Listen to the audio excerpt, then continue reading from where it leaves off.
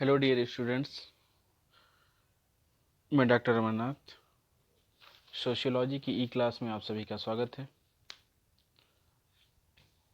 जैसा कि आप सभी को याद होगा कि पिछले लेक्चर में हम जिस टॉपिक पर डिस्कस कर रहे थे वो टॉपिक है भारत में औद्योगिक समाजशास्त्र का महत्व। और इसके मायने कि औद्योगिक समाजशास्त्र के महत्व को बताने के लिए हमने मुख्य रूप से 13 पॉइंट निर्धारित किए हैं। और इनमें से पिछले लेक्चर में 6 पॉइंट्स पर हमने डिस्कस कर लिया था, जिसमें से पहला है भारत सरकार के लिए महत्व, उद्योगपतियों के लिए महत्व, श्रमिक वर्ग के लिए महत्व, पारिवारिक सामंजस्य स्थापित करने में सहायक। नेक्स्ट है स्वचालन संबंधित समस्याओं के लिए सुझाव। नेक्स्ट है मालिक श्रमिक संबंधों में सहायक।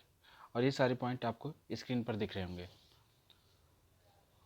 तो ये जिन 6 पॉइंट्स पे हमने डिस्कस किया था, आपसे चर्चा किया था, आपको समझ में आ गया होगा। अब आज के लेक्चर में हम इससे आगे के जो पॉइंट बचे हुए हैं उस पर डिस्कस करेंगे, आप सभी से चर्चा करेंगे।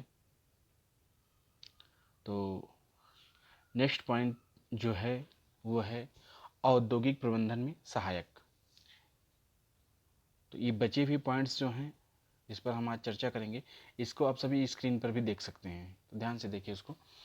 तो पहला नेक्स्ट है पॉइंट औद्योगिक प्रबंधन में सहायक।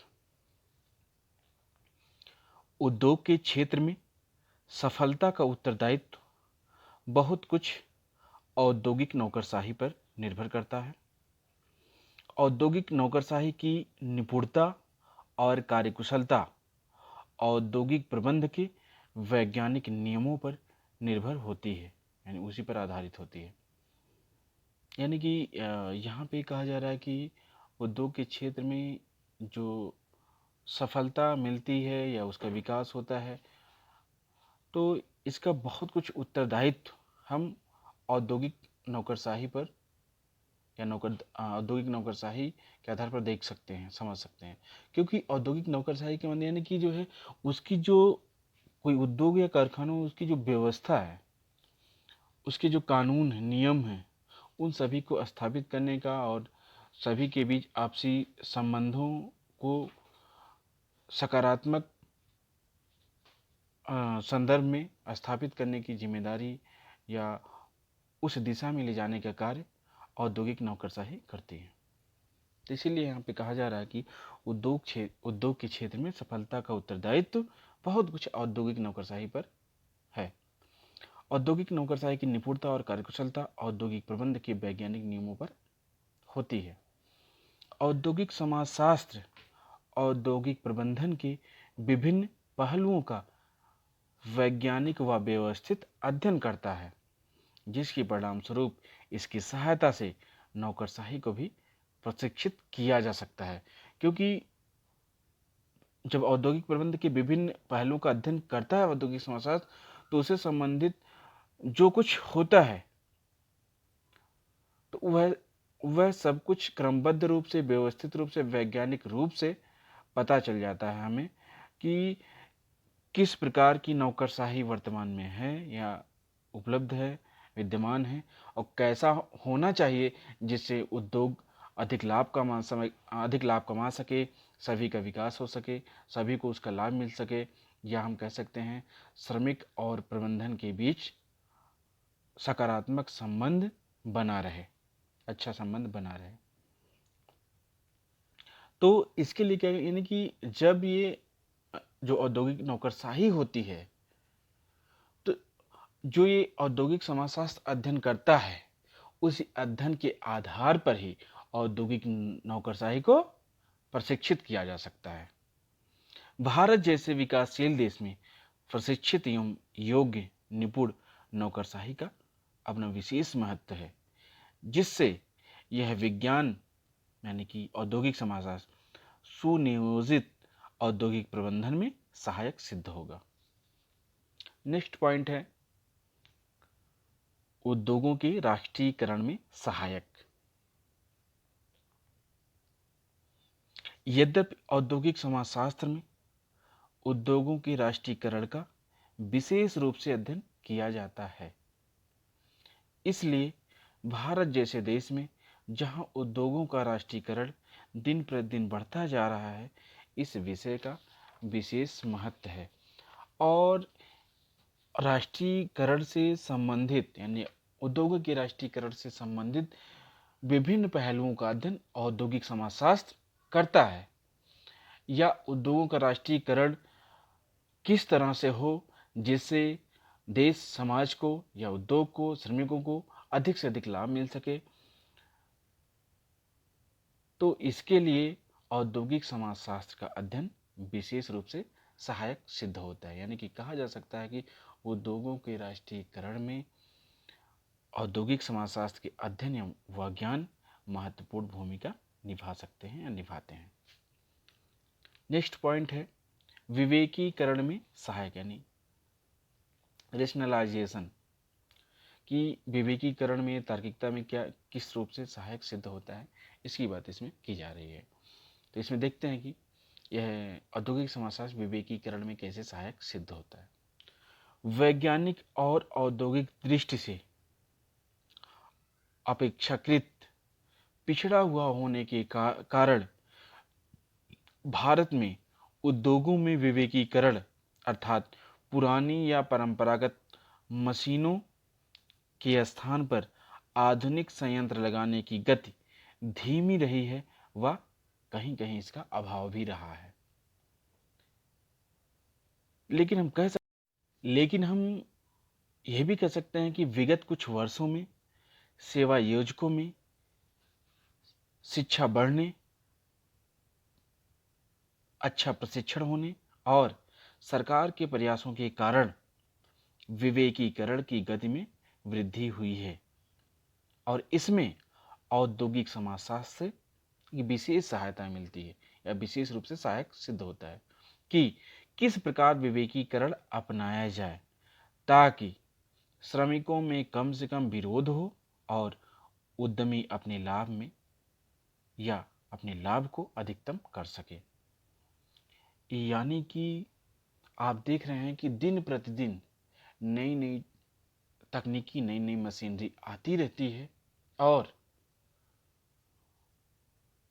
उत्पादन की गुणवत्ता के लिए, उत्पादन के बड़े पैमाने पर उत्पादन के लिए, कम लागत में अधिक उत्पादन के लिए और गुणवत्तापूर्ण उत्पादन के लिए नई नई मशीनरी और तकनीकी को अपनाया जाता है।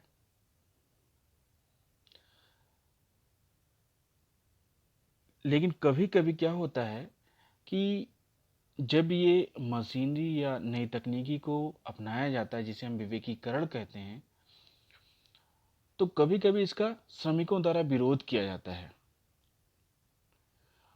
तो इस विरोध का या इस प्रकार की होने वाली समस्याओं का अध्ययन औद्योगिक समाजशास्त्र करता है कि किस प्रकार से विवेकीकरण को अपनाया जाए जिससे श्रमिक और उद्योगपति प्रबंधक या हम कहें उद्योग और श्रमिक दोनों का हित सिद्ध हो,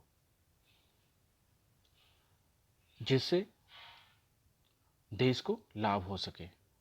इसमें महत्वपूर्ण भूमिका निभाता है औद्योगिक समाजशास्त्र। यानी कि उद्योगों के विवेकीकरण या वैज्ञानिकता को अपनाने में औद्योगिक समाजशास्त्र सहायक सिद्ध होता है। नेक्स्ट पॉइंट है नगरीकरण की प्रक्रिया के नियोजन में महत्व। इसमें देखिए क्या है, औद्योगिकरण का एक और महत्वपूर्ण प्रभाव नगरीकरण की प्रक्रिया पर पड़ता है। जैसे जैसे औद्योगिकरण की प्रक्रिया बिना किसी नियंत्रण और नियोजन के बढ़ती जाती है, वैसे वैसे ही नगरीकरण की प्रक्रिया बढ़ती जाती है।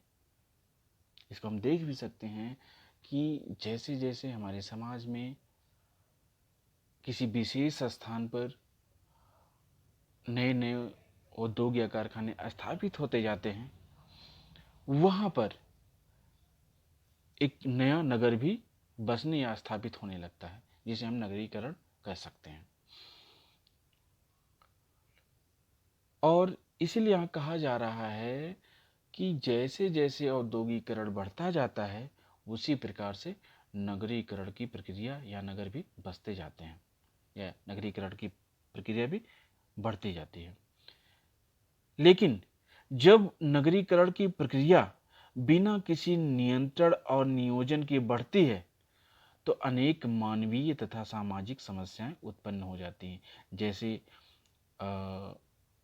जो काम करने वाले या जो रोजगार परक लोग होते हैं, मजदूर होते हैं, श्रमिक होते हैं, उनके रहने की समस्या, या उनकी शिक्षा की समस्या, उनके स्वास्थ्य की समस्या, उनकी विभिन्न प्रकार की आवश्यकताओं से संबंधित समस्याएं होती हैं, जो कि मानवीय तथा सामाजिक समस्याओं के रूप में हमें दिखाई पड़ती हैं। औद्योगिक समाजशास्त्र औद्योगिकरण की अनेक समस्याओं को स्पष्ट करता है, जिनका संबंध नगर नियोजन से होता है। यानी कि औद्योगिक समाजशास्त्र जो नगरीकरण की प्रक्रिया में, नगरों में, यानी कि औद्योगिकरण की प्रक्रिया के कारण नगरीकरण की प्रक्रिया बढ़ी है, तो जो समस्याएं उत्पन्न हो रही हैं, उन सभी का अध्ययन करता है और फिर एक समाधान प्रस्तुत करता है, सुझाव प्रस्तुत करता है, जिसके आधार पर नियोजित रूप में नगरों का विकास संभव हो सकता है या नगर बसाए जा सकते हैं। अतः इस दृष्टि से भी औद्योगिक समाजशास्त्र का अध्ययन भारत के लिए उपयोगी सिद्ध होता है। नेक्स्ट पॉइंट है राष्ट्रीय शांति व प्रगति में भूमिका, यानी कि औद्योगिक समाजशास्त्र की राष्ट्रीय शांति व प्रगति में क्या भूमिका है, क्या महत्व है, इसके बारे में आइए देखते हैं। राष्ट्रीय शांति व प्रगति के लिए भी औद्योगिक समाजशास्त्र का अध्ययन आवश्यक है। उद्योगों से प्रचलित उत्पाद प्रक्रियाओं से पर्यावरण पर प्रभाव तो पड़ता ही है, साथ ही साथ इससे जुड़ी हुई यानी कि आवास की समस्या, स्वास्थ्य, शिक्षा, सफाई की स्थिति तथा उत्पादित वस्तुओं आदि के रूप में भी समाज को प्रभावित करते हैं। यानी कि जो औद्योगिकरण होती है, उसका प्रभाव विभिन्न तरीके से पड़ता है समाज पर। इसके अतिरिक्त औद्योगिक संबंधों का प्रभाव औद्योगिक समाज पर भी पड़ता है। यानी कि औद्योगिकरण के माध्यम से या उद्योग धंधे स्थापित होने से समाज में एक प्रकार के नए प्रकार के औद्योगिक संबंध स्थापित होते हैं, जिसका प्रभाव औद्योगिक समाज पर पड़ता है। इसलिए भारत जैसे विकासशील देश के सामान्य नागरिकों को भी औद्योगिक समाजशास्त्र का ज्ञान व सुझाव उपयोगी सिद्ध हो सकता है। इस विषय के अध्ययन मात्र से उन्हें अपने समाज में औद्योगिकरण से उत्पन्न समस्याओं का अच्छा व वैज्ञानिक ज्ञान व समझ हो जाएगा, और उन समस्याओं का निराकरण किस प्रकार से किया जाए या किया जा सकता है, यह भी वे भली बात समझ सकते हैं या समझ जाते हैं। नेक्स्ट पॉइंट है अंतर्राष्ट्रीय संबंधों में सुधार, यानी कि भारत का अंतर्राष्ट्रीय संबंधों में सुधार करने में औद्योगिक समाजशास्त्र की क्या भूमिका है, क्या महत्व है, इसके बारे में तो आइए देखते हैं। वर्तमान में कुछ श्रम संगठन अंतर्राष्ट्रीय स्तर के हैं।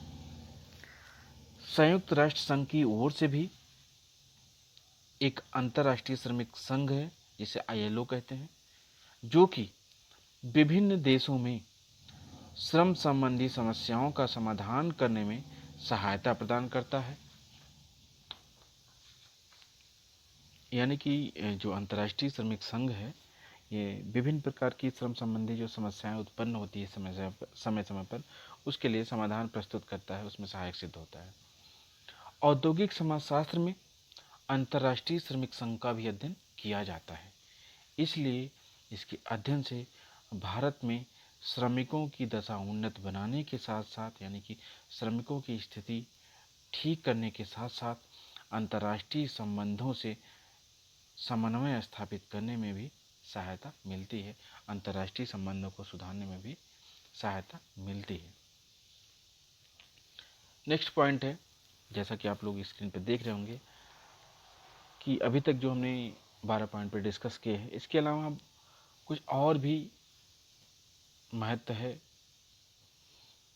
जिसको हमने अन्य महत्व के अंतर्गत रखा है। नेक्स्ट पॉइंट है यानी अन्य महत्व। आइए देखते हैं कि इसके अंतर्गत कौन कौन से महत्व, यानी कि कुछ और भी प्रकार के और भी जो महत्व औद्योगिक समाजशास्त्र का है उसको जानते हैं। इसमें पॉइंट वाइज हम बता दे रहे हैं आपको कि अन्य महत्व क्या हैं औद्योगिक समाजशास्त्र के। पहला है, भारत के परंपरात्मक औद्योगिक ढांचे में निरंतर परिवर्तन और परिवर्धन हो रहे हैं। इस दृष्टि से, यानी कि इस दृष्टि से भी औद्योगिक सामंजस्य के लिए भारत में औद्योगिक समाजशास्त्र के अध्ययन अध्यापन की आवश्यकता है। यानी कि आप देख रहे होंगे कि समय समय पर जो हमारी औद्योगिक संरचना है उसमें परिवर्तन होता रहता है, चाहे टेक्नोलॉजी के माध्यम से हो, चाहे प्रशिक्षण के माध्यम से हो, चाहे एजुकेशन के माध्यम से हो, चाहे अन्य माध्यमों से, उसमें परिवर्तन होता रहता है। तो इसलिए औद्योगिक समाजशास्त्र का जो अध्ययन होता है औद्योगिक सामंजस्य स्थापित करने में भूमिका निभाता है। नेक्स्ट पॉइंट है, इसी के अंतर्गत अन्य महत्व के अंतर्गत, देश में औद्योगिक समाजशास्त्र की सहायता से श्रमिकों के बीच तथा श्रमिकों और समाज के बीच भावनात्मक एकीकरण की स्थापना की जा सकती है। यानी कि इसके माध्यम से श्रमिकों का पारस्परिक संबंध, श्रमिकों का आपसी संबंध तथा श्रमिकों और समाज के बीच भावनात्मक एकीकरण की स्थापना की जा सकती है। तीसरा पॉइंट है इसमें, औद्योगिक समाजशास्त्र में सामाजिक सुरक्षा की विधियों और इसकी उपयोगिता का अध्ययन किया जाता है, जो कि महत्वपूर्ण भूमिका निभाता है सुरक्षा संबंधी समस्याओं का समाधान करने में। नेक्स्ट, भारत में औद्योगिक समाजशास्त्र के ज्ञान द्वारा, यानी अध्ययन द्वारा, व्यवसायों के चुनाव में सहायता ली जा सकती है। इसको हमने आपको पहले भी बताया है कि औद्योगिक समाजशास्त्र के माध्यम से व्यवसायों के चयन में भी सहायता मिलती है, क्योंकि इसके माध्यम से ये अध्ययन किया जाता है, ये सुझाव प्रस्तुत किया जाता है या प्रस्ताव रखा जाता है कि किस प्रकार के काम के लिए, किस प्रकार के कार्य के लिए किस प्रकार की योग्यता की ज़रूरत है, किस प्रकार के प्रशिक्षण की ज़रूरत है, कितने श्रमिकों की ज़रूरत है, वहाँ क्या क्या स्थिति होगा, सारी चीज़ों का अध्ययन करता है। तो उसके हिसाब से, यानी कि पहले से लोगों को पता चल जाता है कि इस व्यवसाय के लिए इस योग्यता की ज़रूरत है, तो वो अपनी योग्यता के अनुसार व्यवसाय का चयन कर लेते हैं। नेक्स्ट है, उद्योगों में अनेक धर्मों, जातियों, क्षेत्रों, संप्रदायों के व्यक्ति काम करते हैं। इनमें पारस्परिक सहिष्णुता के विकास के लिए भी इस विज्ञान, यानी कि औद्योगिक समाजशास्त्र की जानकारी या ज्ञान आवश्यक है। नेक्स्ट और लास्ट है, भारत में औद्योगिक समाजों में सामाजिक संबंधों का विकास औद्योगिक समाजशास्त्र की सहायता से किया जा सकता है। यानी कि विभिन्न प्रकार के अध्ययन समय समय पर किए जाते रहते हैं, जिससे किस प्रकार के सामाजिक संबंध स्थापित हो रहे हैं, कैसा होना चाहिए, इस पर अध्ययन किया जाता रहता है, सुझाव प्रस्तुत किया जाता रहता है। तो इस प्रकार से सामाजिक संबंधों दिशा निर्देशित भी करता है औद्योगिक समाजशास्त्र। तो इस प्रकार से अब जो भारत में औद्योगिक समाजशास्त्र के महत्व की हम लोग व्याख्या कर रहे थे, वो यहाँ तक कंप्लीट हो चुका है। और हमने कुल 13 पॉइंट की व्याख्या कर दी है, आपके साथ चर्चा कर दी है, और इसको आप समझ भी गए होंगे। इसको ध्यान से सुनिएगा, चिंतन करिएगा, समझिएगा, आपको स्पष्ट हो जाएगा। ठीक है, आज यहीं तक। अगले लेक्चर में नए टॉपिक के साथ होंगे हम। धन्यवाद।